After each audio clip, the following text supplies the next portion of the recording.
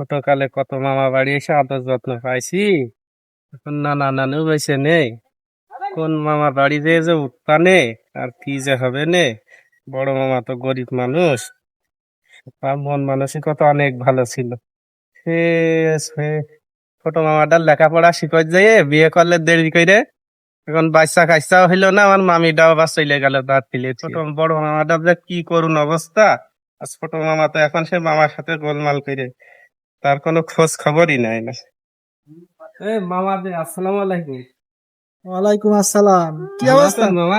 এই তো আছে ভাইদের, তোর কি অবস্থা? কনে যাচ্ছেন আপনি এই দুপুরবেলা? এখন আপনাদের বাসায় তো যাচ্ছিলাম আমি, আপনি কনে চলে যাচ্ছেন? আমি তো তোর ওই যে একটু বাজারে যাচ্ছিলাম। তো তুই ভালোই আছিস না সব মিলিয়ে? হ্যাঁ ভালো আছি। তো যান বাজার থেকে ঘুরে আসেন। ছোট মামা কি বাসায় আছে? হ্যাঁ, ও বাড়ি আছে, যা তাহলে তুই যে তোর ছোট মামার বাসায় ওঠে, আমি বাজার থেকে ঘুরে আইসা বিকেল বেলা তোর সাথে দেখা করবো না। আচ্ছা ঠিক আছে, যা তো যান যা বাজার। তাহলে বাড়ির দিকে যা।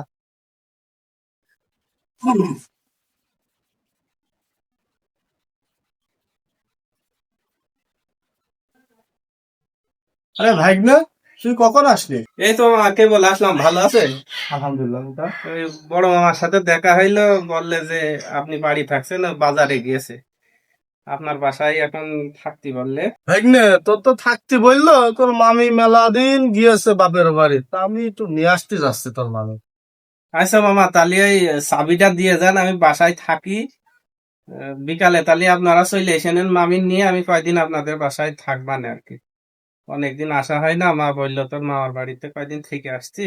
না না না না না ভাইগনে, আমি তো তোর 3-4 দিন থাকবো। তোর ওই মামিদের বাসায় চাবি টাবি দেওয়া যাবে না। না ভাইগনে, তুই তোর বড় মামার বাসায় চলে যা। যা যা যা, তোর বড় মামার বাসায় চলে যা, 3-4 দিন ওখানে থাকা। হাই রে মামা বাড়ি, ছোটকালে কত আইছি, নানা নানি থাকতি, এই ছোট মামাই আমাকে কত আদর করতো। এখন বড় মামার সাথে যাই দেখা হইলো, সে বললে থাকতি, কিন্তু ছোট মামা আমার রাখলে না। যাই এখন আর কি করব, বাড়ির দিকে যাই, মার সাথে যে বলি।